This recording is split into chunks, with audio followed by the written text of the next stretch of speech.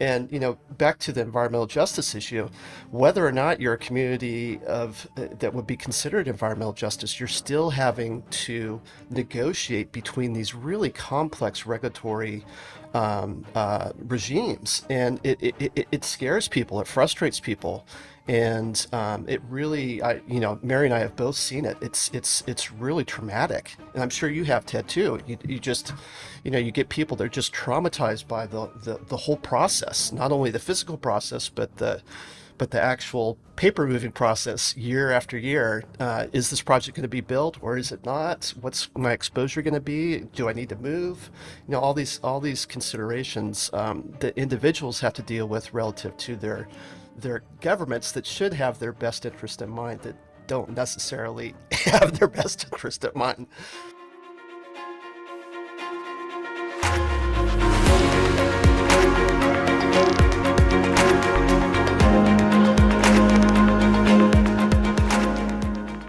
Thanks, Stephen. Thanks, Mary, for meeting with us. This is our second or third podcast that we're doing in this series. We were fortunate enough to have Mary and Stephen as part of a webinar series that we're doing at FACT. We invite in speakers to talk about the books that they've written or the research that they're doing, and that was a really illuminating conversation or lecture that Mary and Stephen gave to us all the way back in November. So I encourage anyone that's listening to this to go back and listen to that webinar, because it was really, really, really powerful. So Mary and Stephen, thank you for joining us here today.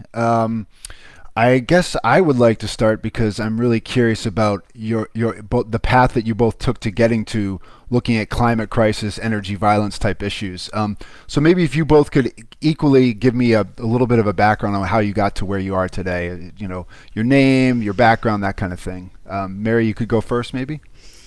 Good morning. So I'm Mary Finley-Brook, and I'm an associate professor at the University of Richmond, where I teach in geography, environment, sustainability, and global studies.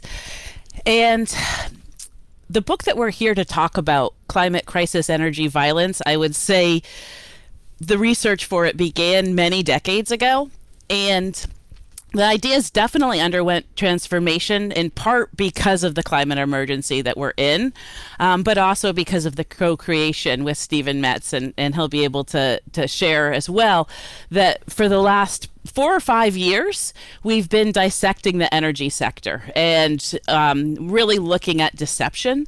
And we use core geographic frames like space, place, and scale. Time is central to everything that we do, and I do want to go back to that question of time in terms of the genesis of where we came in on violence. So I have been working on violence for many decades. Originally, it was much more the physical or territorial violence.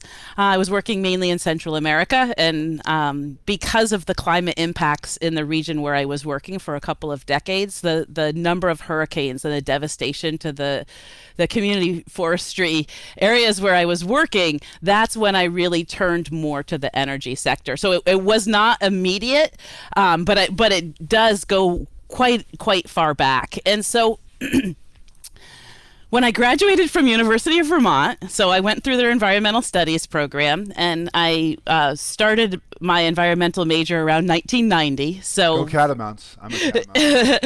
So for those of you that think about how the United Nations and others really tried to address the climate crisis, I really followed the whole trajectory of that. And so, yes, catamounts are fantastic, but the environmental studies program at the University of Vermont is 50 years old. It just celebrated.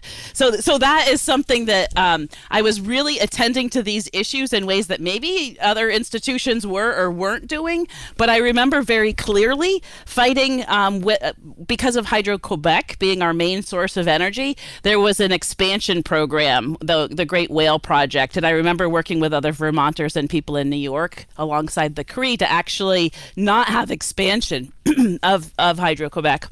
And at the same time, everybody in my program or people that I was spending time with were talking about the Narmada Dam in India. They were talking about the Three Gorges Dam in China. So this issue of displacement was something that was very central. But I remember in 1995, things shifted a little bit for me. That was when I was ending my degree, and I had really been looking at human rights and indigenous rights in Central America. But the brother of Ken Saro-Wiwa, if you know the Ogani Nine, who were assassinated by their government, really in defense of corruption and Shell, and it really hasn't been fully resolved to this day what has happened in Nigeria. But I heard Ken Saro-Wiwa's brother speak at the Vermont Law School. And that's when I started attending much more to fossil fuels. And as I said, it wasn't until I really wanted to look at forestry. I really wanted to do community agriculture. And I did, many, many years of that. And it wasn't until recognizing that I couldn't do this other work. I couldn't really work in solidarity with communities of Central America without addressing the climate crisis. So I'm going to pass it over to Stephen. The last thing I'll say is where I really came in was issues of physical violence, territorial violence, and then when we started dissecting what we were seeing, particularly when you start getting into fossil fuels, there's so much deception. There's the slow violence, the insidious nature of power and how people's rights are being taken away, and it isn't always that they've got a gun to the side of their heads. There is that piece as well, but we really wanted to get into what else was happening. So, Stephen. Thanks, Mary. Great overview. So my name is Stephen Metts, and I'm a part-time faculty at the New School and also at the University of Massachusetts at Boston. And my sort of background, relative to fossil fuel industry and, just geographic concepts in general really came out of Clark University, where I was doing a master's degree in community planning with a strong GIS component. And I became really interested in proximity issues in urban environments, specifically brownfields, redevelopment issues. And what I learned early on in sort of my spatial work was that the regulatory environment around space was just so overwhelming, even for somebody with a good technical background.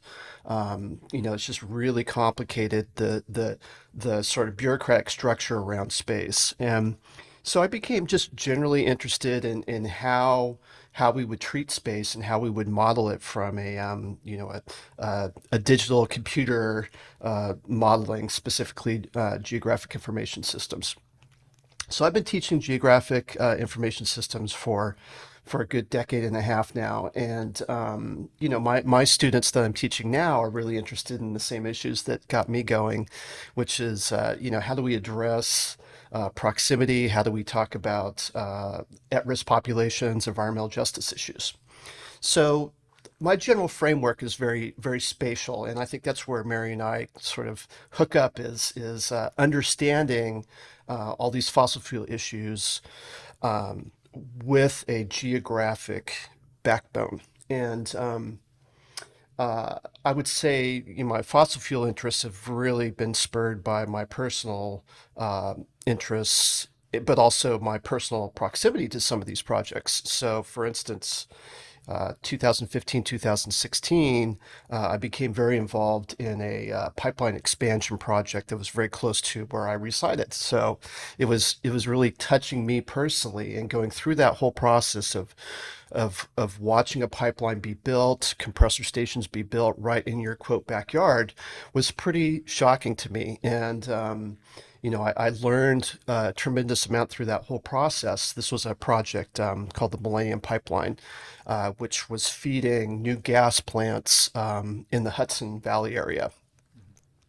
So, I became very enmeshed in sort of bureaucratic, spatial issues around that type of development, and it really became personal for me. And I think that's where Mary and I both come from, is maybe sort of an activist, in touch with a community perspective around this kind of infrastructure. And we started working together on a project in Virginia called the Atlantic Coast Pipeline.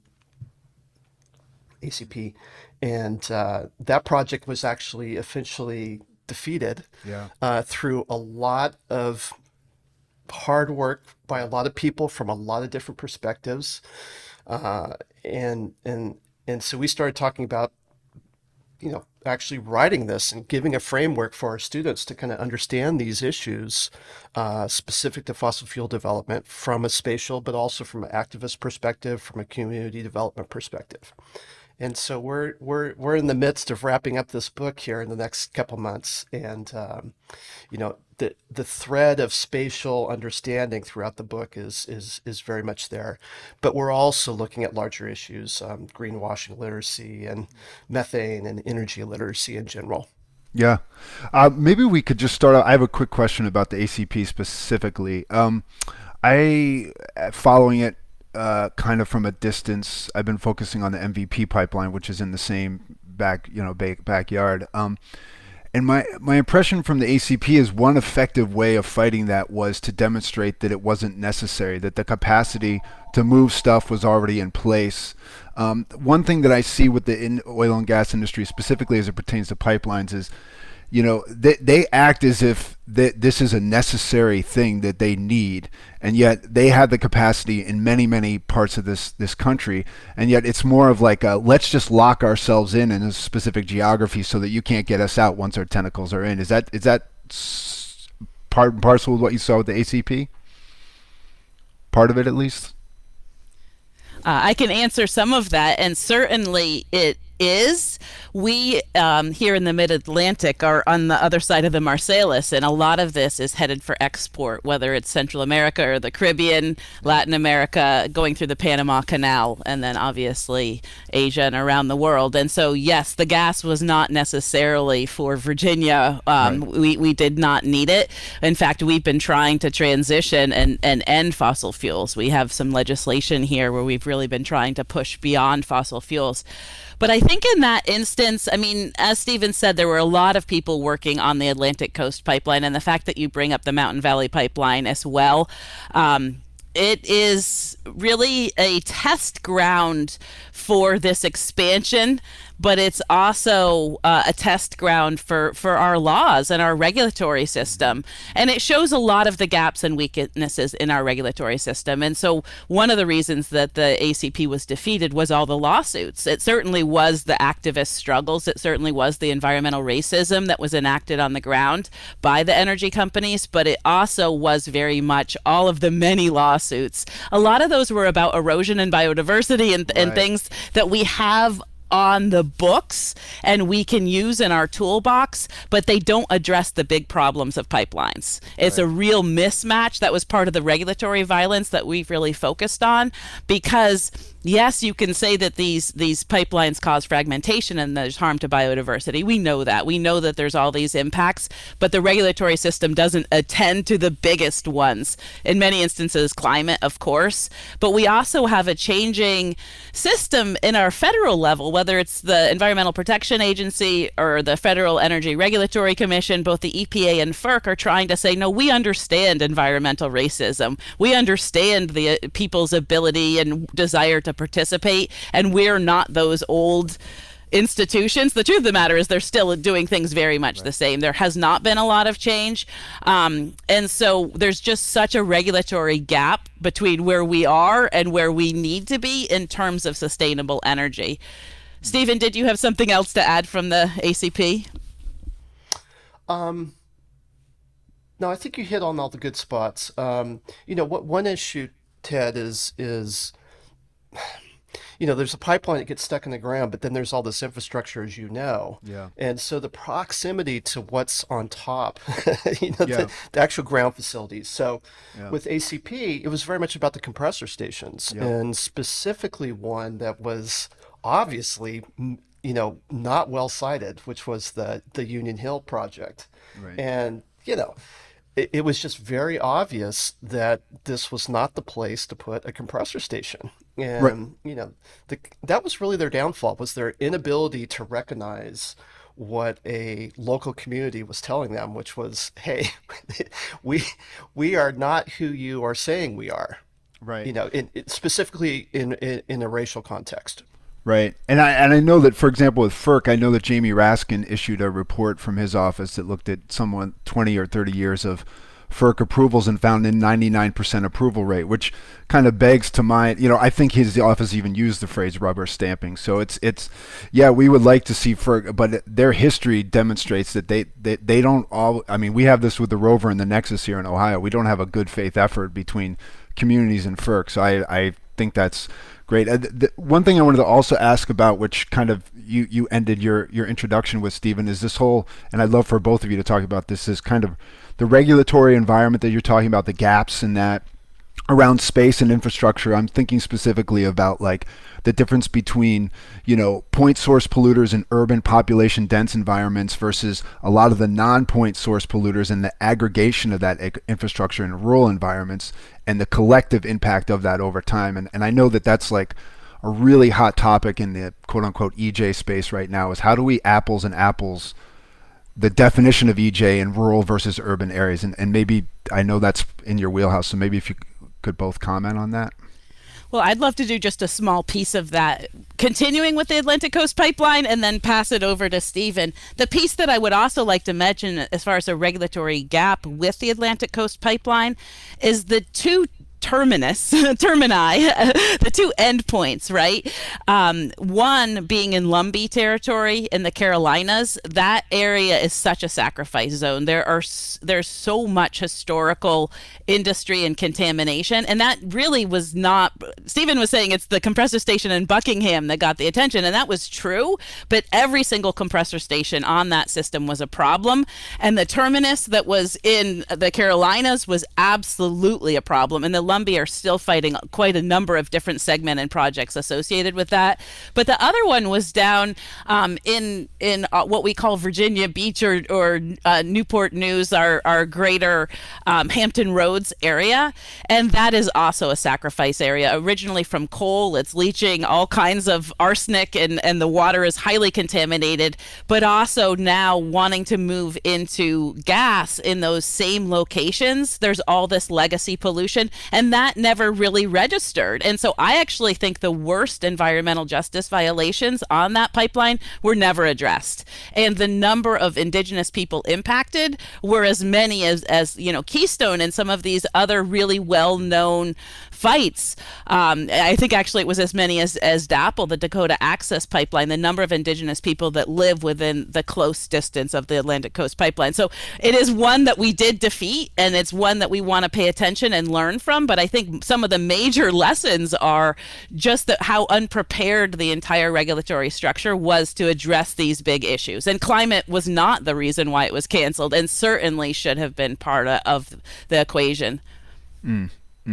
That's interesting. And Stephen, more because I know you're a cartographer. Your background is in cartography. Maybe like your perspective, it was a big through line of your presentation to FACT is like the whole idea about mapping space, time and space. That was big key to what you were talking about. Maybe you could talk about that with regard to your background and some of the gaps that you see maybe in the data or the regulatory framework as it pertains to, some of this kind of nascent infrastructure that we're talking about, including carbon capture and storage, as it kind of bowls its way over the same communities that have been bowled over in the past. Yeah, definitely. So I think what I'll do is pick up where Mary left off and bring it into New York. So in New York, we have the situation where we have the same type of infrastructure that showed up on the ACP, compressor stations, big pipelines, midstream, upstream, and then downstream in obviously environmental justice communities. But in New York, the regulatory friction is really happening between the state and the federal level. So federal with FERC, if there's a pipeline project that we can stick in the ground, we're going to do it, period, end of story. Doesn't matter who you are or where you are. That's not a consideration for us. And as you mentioned, Ted, this 99% rate of approving pipelines. Sure, they got some window dressing around environmental justice, but at the end of the day, they're going to put that pipeline, or at least approve that pipeline or approve that project. But now we're starting to see at the state level, specifically New York State with its new climate law, that these projects are unable to cross that threshold of It's based on time. Okay, so we're going to phase out gas, we're going to phase out oil, at certain benchmark times within the law, and these projects cannot proceed past that. So all of a sudden, the state says you can't do this project. We're not approving this project, but then FERC says, oh no, you can go ahead and do this project. And so the project stalls out for a couple years, and it becomes this big fight between the state and the federal government, just like we see with a lot of our politics. But understanding how the state views a project relative to its climate goals versus the federal government is really fascinating, and it's happening state by state basis. And of course, these big mainstream pipelines, they're crossing multiple states. So multiple states are looking at these projects in very different ways.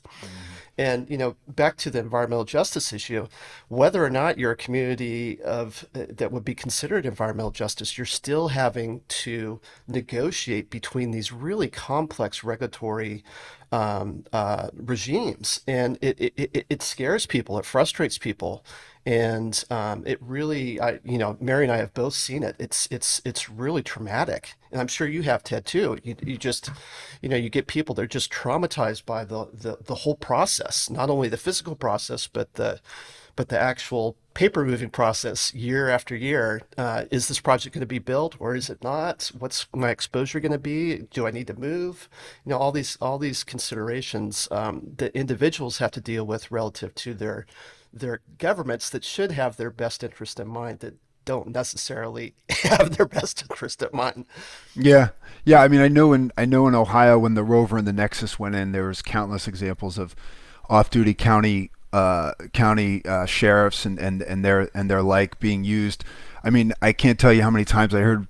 By the way, I have to say, older than 65, 70-year-old rural Ohioans having their door knocked on once, twice, three times. Third time, they still don't want to do it. But by the third time, all of a sudden, who is the landman joined by? It's a county sheriff, and it doesn't even have to be a gun taken out. It's just the presence of that individual, or those people once thought were on their side, now being turned on them. That's a deal breaker for anyone. They don't want to deal with all of that. So that basically ends the relationship. And by the way, once they've gotten to that point, those people are taking pennies on the dollar from the people that signed at the outset. So they're just, that's a really, really great point. And I would also love for you all to talk about, when we talk about pipeline specifically, and there's a lot to get into, but I just wanted to put a bow on this, is like the state versus feds, and especially given, I know you're all very interested in carbon capture and storage, is like, who is permitting these? Like, for example, in Ohio, the Public Utility Commission, and in most states, the Public Utility Commissions are permitting the gathering pipelines that feed into the transmission lines, and a lion's share of the carbon capture pipelines. And I think that is something that like often gets overlooked, is like, yeah, there's the federal permitting process, but then the state is responsible for a huge amount of this. And to my mind, New York is an outlier in that regard. There's many states that are running people over with this stuff, just like the feds did. I don't know if you have any thoughts on that, but it just seems like that's par for the course, other than maybe New York and California. Yeah. I mean, one of the things that we try to do in the book, and I think early on we've been pretty successful with it so far, is really looking at all the pieces that go into creating one of these projects. And so we keep returning to this issue of segmentation and, really dismantling that it's not a protocol, it's more of a strategy that as you say, both downstream utilities are using, but also upstream federal and state, agencies that are overseeing these projects will utilize to basically say, don't worry about the larger project, just focus in on these little pieces. Yeah. And everything's going to be fine. And sure enough, you got a pipeline and a bunch of compressor stations through a very scattered, segmented process. Yeah. So one of the things I wanted to talk about is the need for energy literacy. Right. Because we were talking about impacted communities and the frustration they feel when they come up against this technical process. But it's everywhere in our decision making, really. I was having a conversation with a student in office hours the other day, and they said to me that they don't understand energy. They say, I just don't understand it. It's so complex.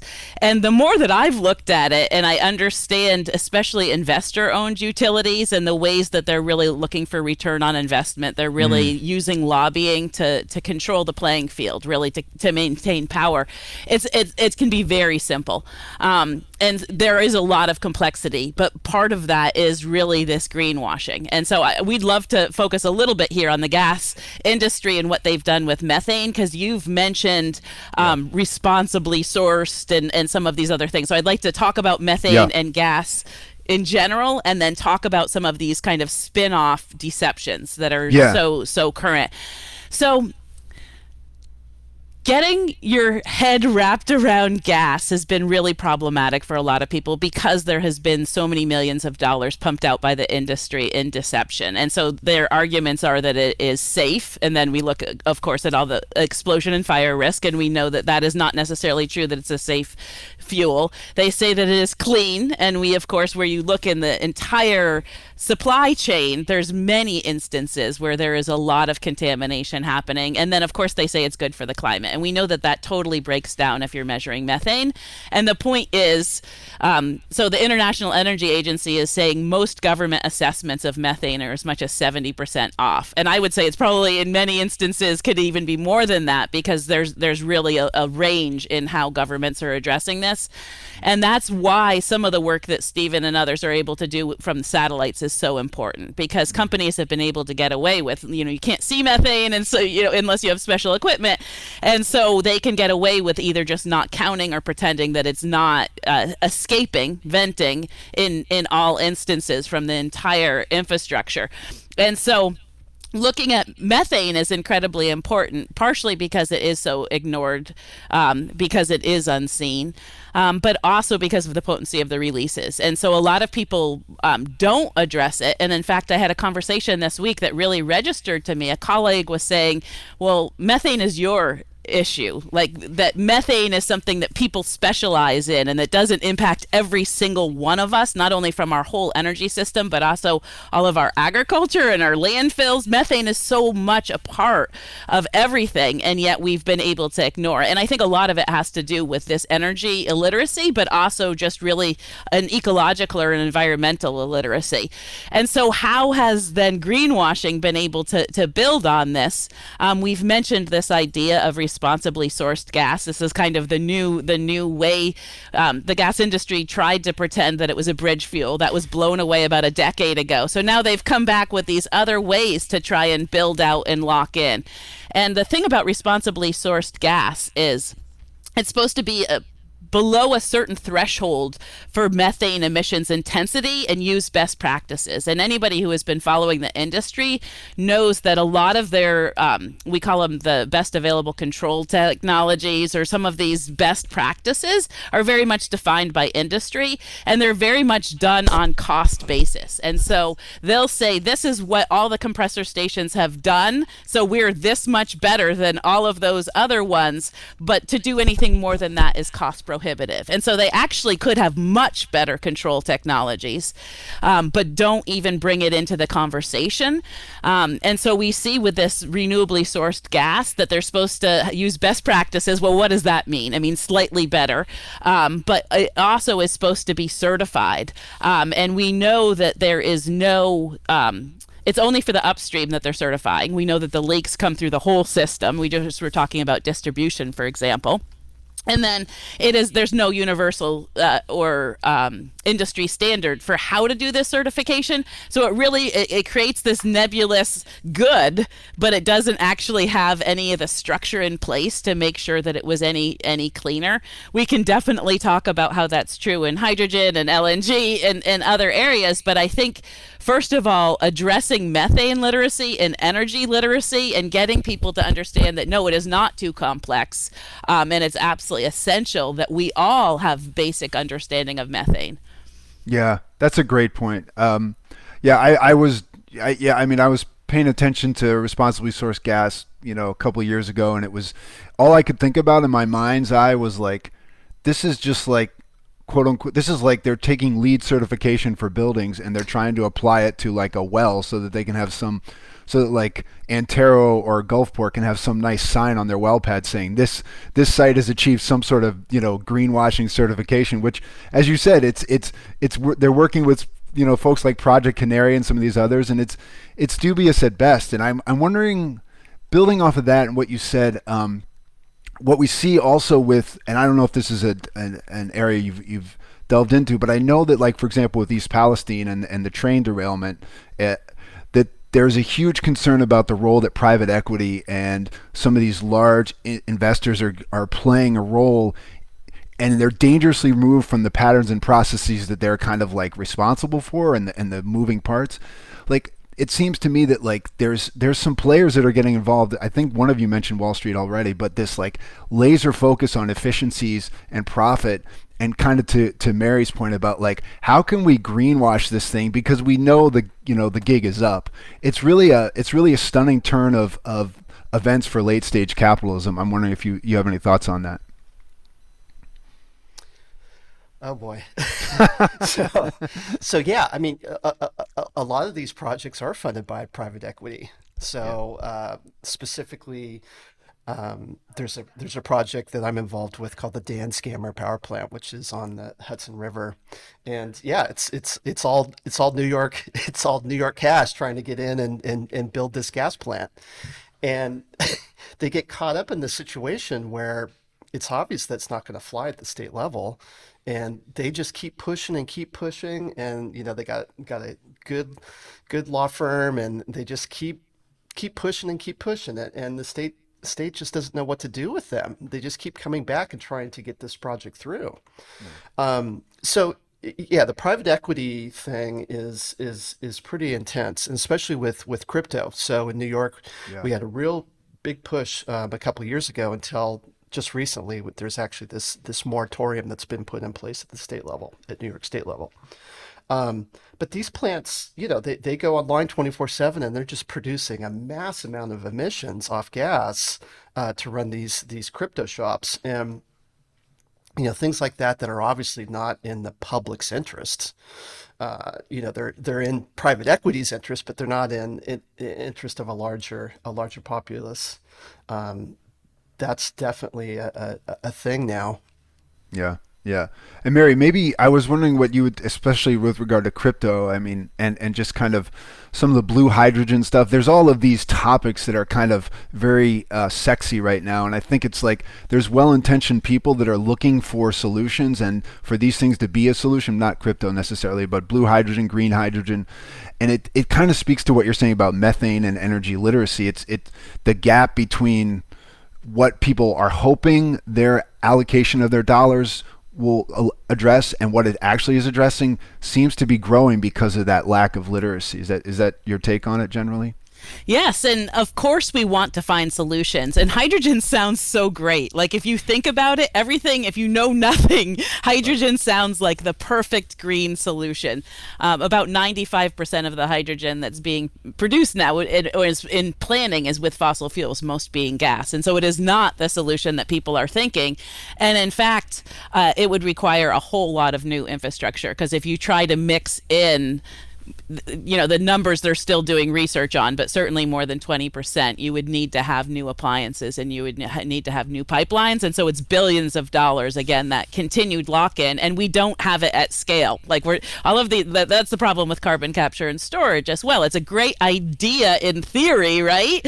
It doesn't actually work, and it's incredibly expensive, and it's this idea of delay. So we know that the Intergovernmental Panel on climate change is saying that we have, maybe less than 6 years, but we have a very short amount of time to be bringing our total emissions way, way, way down. And so the more that we delay by thinking about these really expensive technologies that will have some use at scale way out in the future, that's not going to address where we need to be now. And that's why methane is so important, because that's when the potency is just so intense, as in this next decade or two.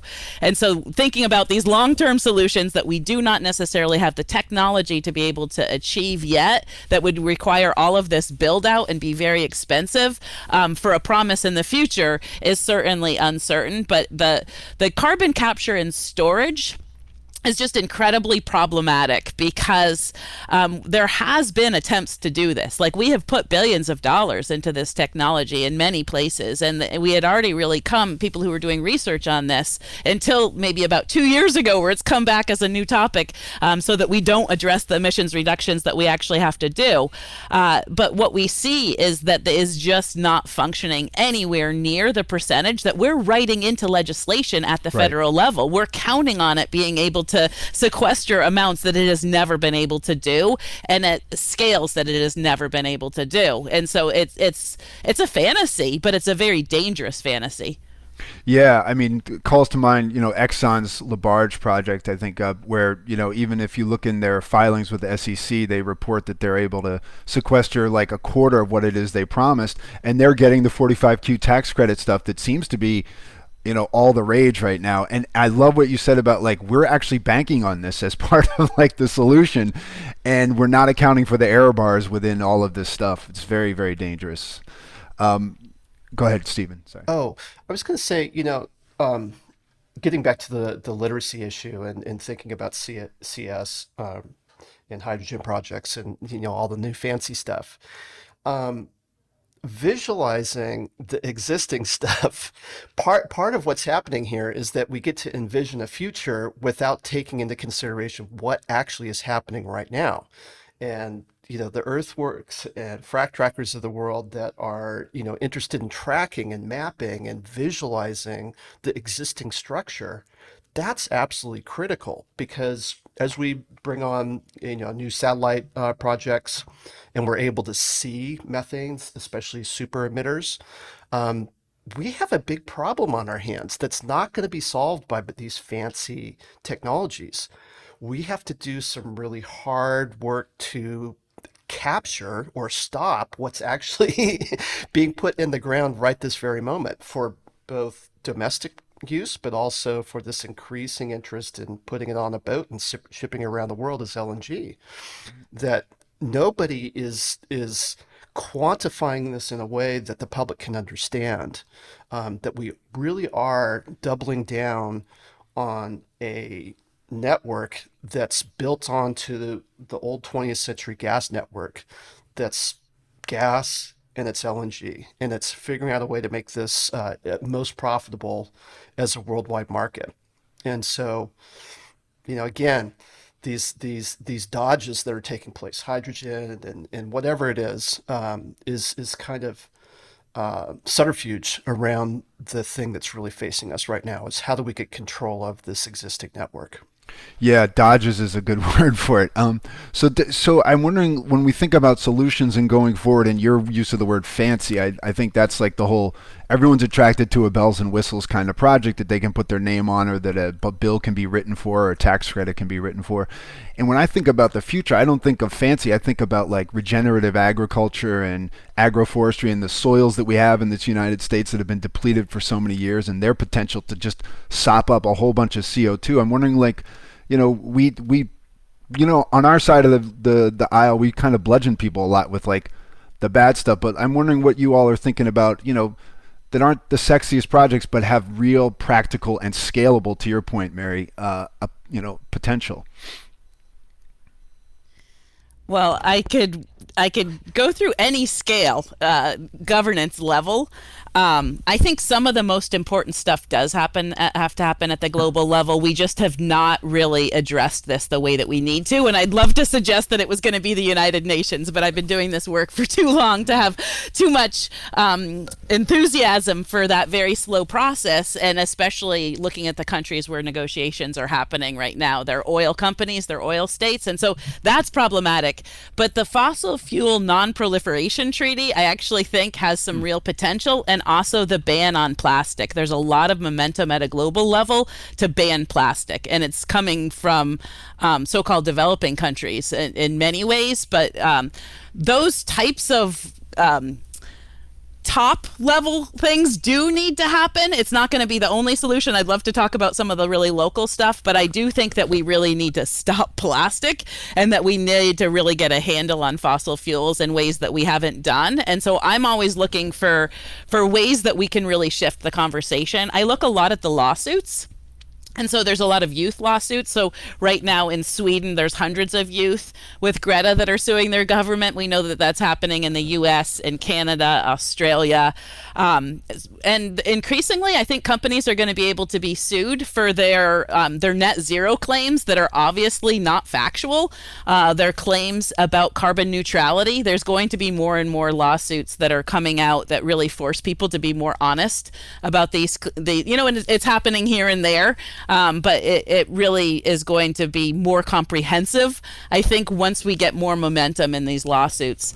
At a national scale, the conversation about Green New Deal is back on the table, and I think really keeping jobs as part of what we're doing. We need to cap the wells, whether it's the coal or the oil, and certainly now with gas, there's so many jobs. There's so many green sector jobs that could come with reducing emissions.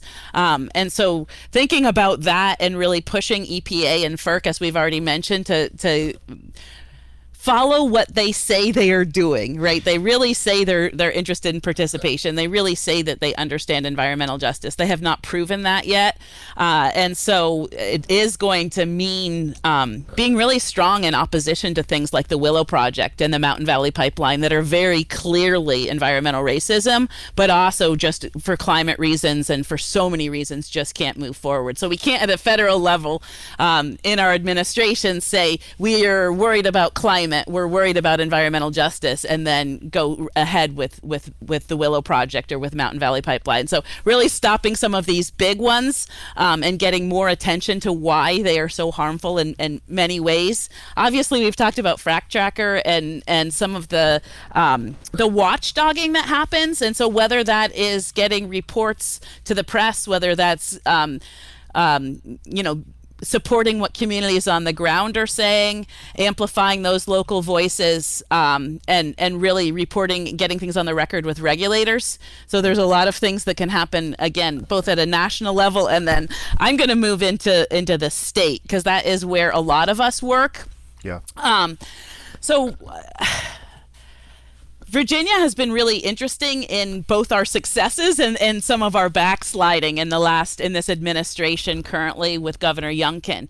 But what we were able to do, and it really had a lot to do with the Buckingham case, the Atlantic Coast Pipeline that we were previously talking about, is we were able to not only build up our environmental justice collaborative, but to put in an environmental justice council. And I was on the council when we were speaking about the environmental racism in Buckingham, and we were able to really get attention to what had not been heard before. And that council was then able to put in code, EJ code, environmental justice code in 2020 that is still standing, and we're working to strengthen it. With our current administration, they are trying to really pull that all back, but we do have precedent to be organizing at a state level, and many states and many localities are just doing incredible work, building from environmental justice and making people recognize that not only will climate have the hardest negative impacts on communities of color and low-income communities, but also the pollution from these plants and the pollution from fossil fuels has a disproportionate impact. And so going with that, one of the things I'm working on right now is with the League of Women Voters in Virginia, and they're putting together a platform for environmental justice. So finding maybe some of these more traditional groups that have not spoken out on racism or have not spoken out on environmental justice, and getting them to put forth platforms. And then, as I said, some of the climate lawsuits. So here in Virginia, we're one of the states. There was first the federal cases with Juliana, and now they've moved down to the state level. And there's cases in Hawaii Utah, Montana, and Virginia that are active. My daughter is one of the youth plaintiffs on the case in Virginia. And so educating people about perspectives of youth, but also getting standing in the courts so that citizens can sue for climate impacts. I'll talk city level and campus level. I'm almost done. So city level, there's something that's very exciting with a lot of municipalities. We have Richmond Gas Works, which is just spewing methane. We have a massive leak rate. It's more than 5%. Our pipes under the city are 170 years old in some places. So we have thousands of leaks. And we're at a point where we could either spend billions of dollars to replace them, or we could work on repair and retiring and really trying to electrify and really trying to move as much of the city off of gas as possible. It's a huge burden issue. It's a huge, again, environmental justice issue. Energy burden is going to be higher and higher for people who can afford it least, especially as more and more people move to electrification or use the Inflation Reduction Act rebates to get off of gas. Then the people who are left on it, which are those who don't have choices, are going to be paying more. So that is tied into my campus. One of the things that I'm dealing here with at the University of Richmond is we're in the process of replacing our gas plants, our steam plant, our steam boilers. And so thinking about what does that mean to the larger city, and really getting institutions to recognize that if you're putting $7 million into replacing fossil fuels with a 20-year life cycle in the middle of a climate emergency, and you're not paying attention to all of these other reasons why it hurts the larger community, why it doesn't create security. We use these arguments of security. We don't want our students to feel hot or cold. Well, what are they going to face with the climate crisis, right? What's it going to be like when we are at whatever degrees heating? And so really getting campuses, I work a lot at the campus level. One of the things people are kind of excited to hear about is our Senate, our faculty Senate passed a climate justice resolution where we're bringing all of these things to the fore, doing more education, paying attention to our infrastructure, really thinking about carbon risk and climate risk, not only in our endowment, but also in our retirement funds. So faculty and staff and state pensions, that is often invested in fossil fuels. And the whole idea, of course, when you're doing divestment, we do have a divestment campaign at my university currently. When you're doing that, what you're taking money out of, if it's fossil fuels, you need to be making sure that you're putting it into that local community and putting it into alternatives. And so it's not just, as you said, the negatives and what you're going against, but what you're actually supporting. It is some of that energy democracy or these renewable projects. But we have to not only do the small scale, we really have to transition through unions. We have to transition through workers and get the grid greener and not just think about, small scale renewables. The last thing I would say at a personal level, and maybe we'll come back to this, is helping people attend to climate grief, helping people attend to eco-anxiety, finding ways to heal from the trauma that's already happened and to recognize our need for decolonization, our need to attend to misogyny. There's so many things that we don't attend to if we maintain this continued fossil fuel system or the continued energy systems. It's all kind of built in that there will be racism, that there will be sexism, that it will harm people with less financial assets. So part of this is also the mental harm and the unfair burden on young people. And so attending to how young people are feeling scared and abandoned and making sure that institutions are responding. They're really listening, and we're finding ways to not only address the climate crisis, but address what's coming at us because of our inaction, because of our delay, because of our denial. We've really got a lot of work to do. And so finding ways to educate so that people realize that there are alternatives. That's one of the reasons I focus on methane so much. If we really could attend to the methane leaks. And interesting, the International Energy Agency is saying that, so with the $4 billion profit of oil and gas in the last little bit, less than 3% of that would have been necessary to actually close up a good portion of the leaks. We're never going to be able to take all of the leaks or emissions out of gas, but we could be doing so much, and it really does come down to people demanding it, people having energy literacy, not relying on the government to take care of everything. It's about the social license to operate. My students are really starting to understand this, that we're not going to be able to get the regulatory system. FERC's going to keep approving, right? A lot of these things are going to keep happening, but we're going to have to make sure that this energy transition occurs, and that's going to need people to know what's happening and to really not only make the political system listen and make media listen, and there's ways we're using alternative media and we're getting out and so that people can hear the facts of what happens with the energy system, but it is also providing alternatives for people to be involved in, and then also making people even aware of how urgent things are. I think a lot of people would be more willing to make the changes that are necessary if they really understood how dire the situation is and how short the time frame is. And so I find working with young people on all of these issues is not only essential for our hope for a future, but it also does help psychologically, knowing that you're doing something and that you're working with others to do something. So it's really that collaborative force, and doing that, we are working through trauma. We are working with how did we get here, and can we build something better? Yeah. Stephen, did you want to add to that? Because I had a follow up, but go ahead. Yeah, I have just a couple thoughts. So, I think the solutions to all this are there. So, for instance, Mark Jacobson out in Stanford just finished a book called No Miracles Needed. Robert Howarth at Cornell talks about this a lot, that all the solutions that we need we already know what they are, and we've studied them for decades. We have a very clear understanding of what this transition should look like. The problem is that the ideal keeps getting diluted through all these interests, like gas, like nuclear, whatever it's going to be. They're very interested in prolonging their life, and so you get this really confusing energy space that people just kind of give up because they're all like, I don't understand what's going on. It's too complicated, and we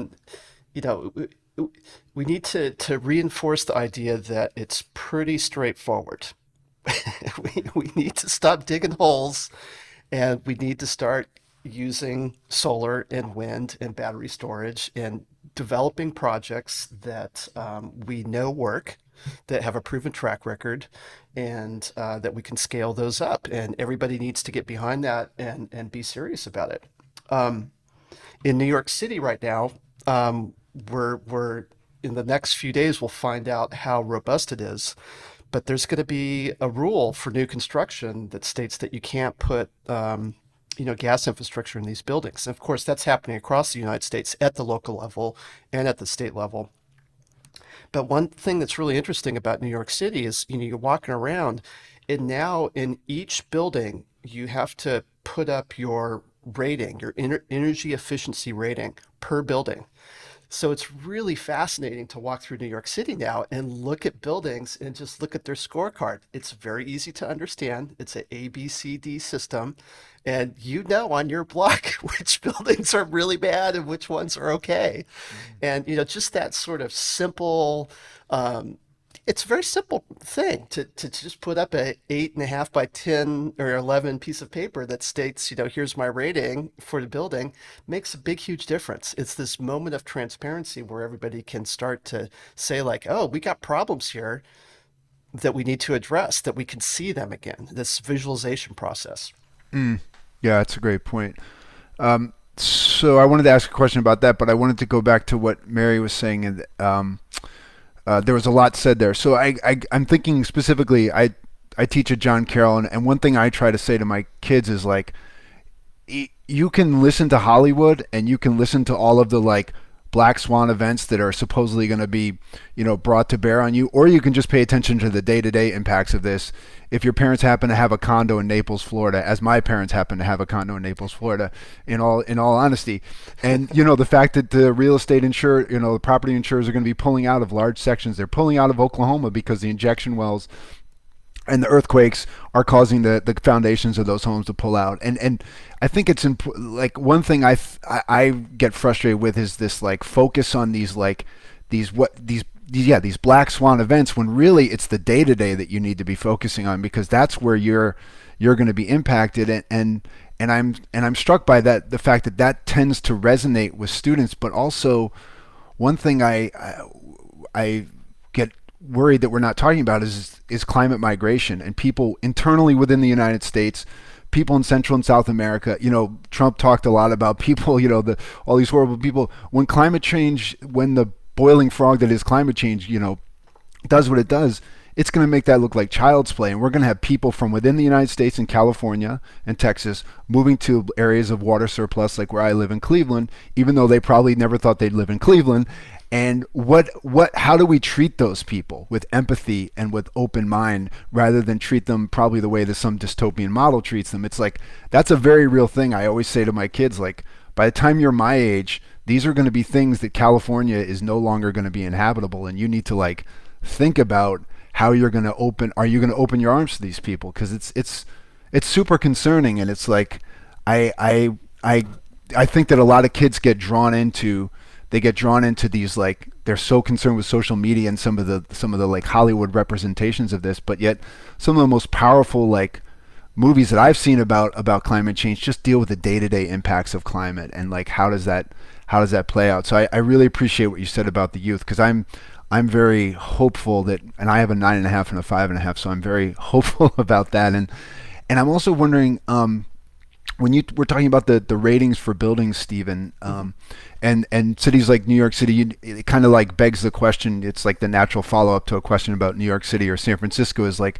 how does this translate to, quote unquote, flyover country? Like, how do we make sure, kind of to Mary's point with the Green New Deal, like, are we generating jobs? Because I know, like in the Ohio River Valley, if the Green New Deal isn't, like you said, Mary, like plugging wells, concerted effort to employ locals to plug wells and reclaim mines, it's a dead deal. Like, milk toast representatives, senators like Manchin will not support it. So how do we square that? And because to my mind, if we don't address the rural versus urban divide as it pertains to climate change, we're seeing how that's manifesting on January 6th and others. Like, what do you say to that kind of divide, and how climate change mitigation or solutions can address that? I know that's a huge question, but it's a huge question. I'll take one little piece on the sustainable design portion of it.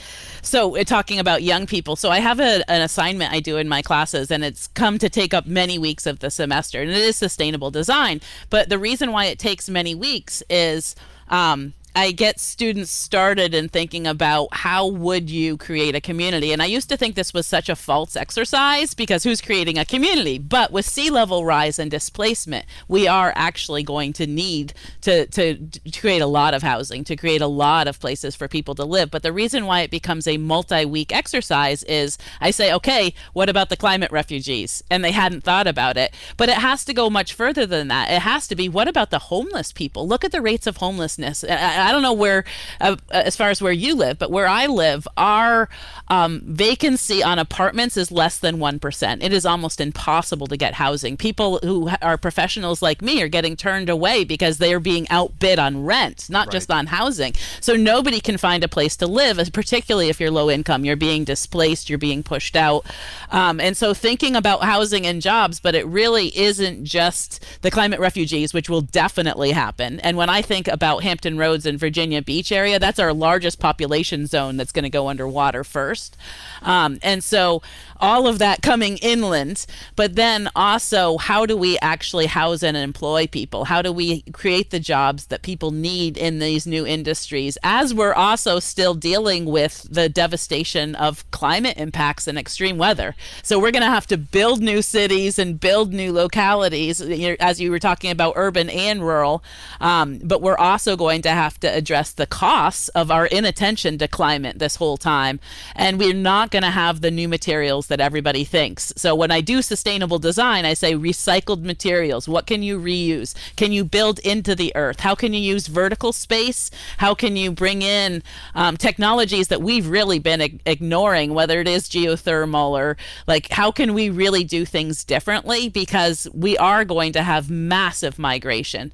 And it's going to be much worse in other parts of the world. Like when I think about Bangladesh, or when I think about other parts of the world, the massive migration that's going to happen. But even anywhere, being ready to address not only that we're going to have influx of people, but an influx of people in crisis that have been through trauma, and that may have very few resources. Yeah. I mean, I'm thinking. I was just gave a talk to a group called the Great Plains Tribal Water Alliance, and it's a group of tribes in North Dakota and South Dakota, and we were talking about environmental justice and how it's mapped. And one thing that came up was the Fort Laramie Treaty and the dam projects and the displacement of people from, riparian areas, flood zones that were highly productive soils, and you put them in a place where there's nothing they can do with the land. And that whole we started this conversation by talking about gaps in the data, and then there's the whole cultural gaps that exist with a lot of your work in Central America, but even here in the United States, these cultural gaps that we're seeing that were brought to bear with the Dakota Access Pipeline and the water is life kind of mantra that kept flowing through that whole thing. It's like it's really something that we need to focus on, not just like the spreadsheets and the shape files and all that stuff, but actually just the cultural impact of climate change and displacement of people, especially that historical trauma that they've been dealing with. And also, one thing that we haven't talked about in this conversation, and we saw this with East Palestine, is a distrust of federal agencies. US EPA, Bureau of Indian Affairs, Bureau of Land Management, for a variety of reasons, some of which are totally false, but that whole relationship between federal agencies, state agencies, and the people on the ground. And one thing that maybe we could talk about just for a second before we wrap this up is what I see, and what I talk to my students about is, like, there's a concerted effort by some people, whether it's the energy industry, private equity, to hollow out these agencies so that when they're called on to respond to things, they can't respond accordingly. And then they use it as this positive feedback loop to demonstrate, well, look, they didn't do their job. And it's like, no, you have totally dismantled them. That's why they can't do their job. But that, like, front running that is very difficult, and it's very sinister what they're doing. But I don't know if you all have a thought maybe briefly on how do we, we know that morale is really low in US EPA after the Trump administration. What are your thoughts on the IRA, and maybe just briefly, how do we boost the morale in these agencies? Because it's dangerously low right now. Well, Ted, I don't know about inside the agencies, certainly. But I think we can, we're going to have all these negative outcomes, right? So internal migration, moving from one state to another state. We already have housing issues that are really extreme. We have homeless issues, all exacerbated by increased heat in the climate. But there's a lot of opportunities too. So I'm just looking at a Washington Post article here. So it says, want a career saving the planet, become electrician. So the electrify everything that the country is going to need is going to require electricians. And so we're talking about a 20-year transformation that's going to take place here. Yeah. You can make a lot of money off this. It's not like there's not opportunities here. And I think, as instructors, we need to encourage youth to, as much as they're dealing with climate grief, we need to be also encouraging and say, there's things here that are also going to be a positive in terms of a career. Yeah. No, I appreciate that. Yeah. Wow. Lot that we discussed. Thank you so much for the time. I really appreciate you all giving your lecture to our group. And again, I encourage everyone to go and check out our website, www.fact.org, and you can find the webinar series that we're doing. And we have Michelle Niehaus coming to speak to us about Beloved Beasts and some of her amazing work. So we're excited about that on May 6th. So please check out the website for that. And Mary and Stephen, thank you so much. I personally am very much looking forward to reading your book. And it's going to be a really valuable contribution to the conversation. So thank you so much. Thanks for having us.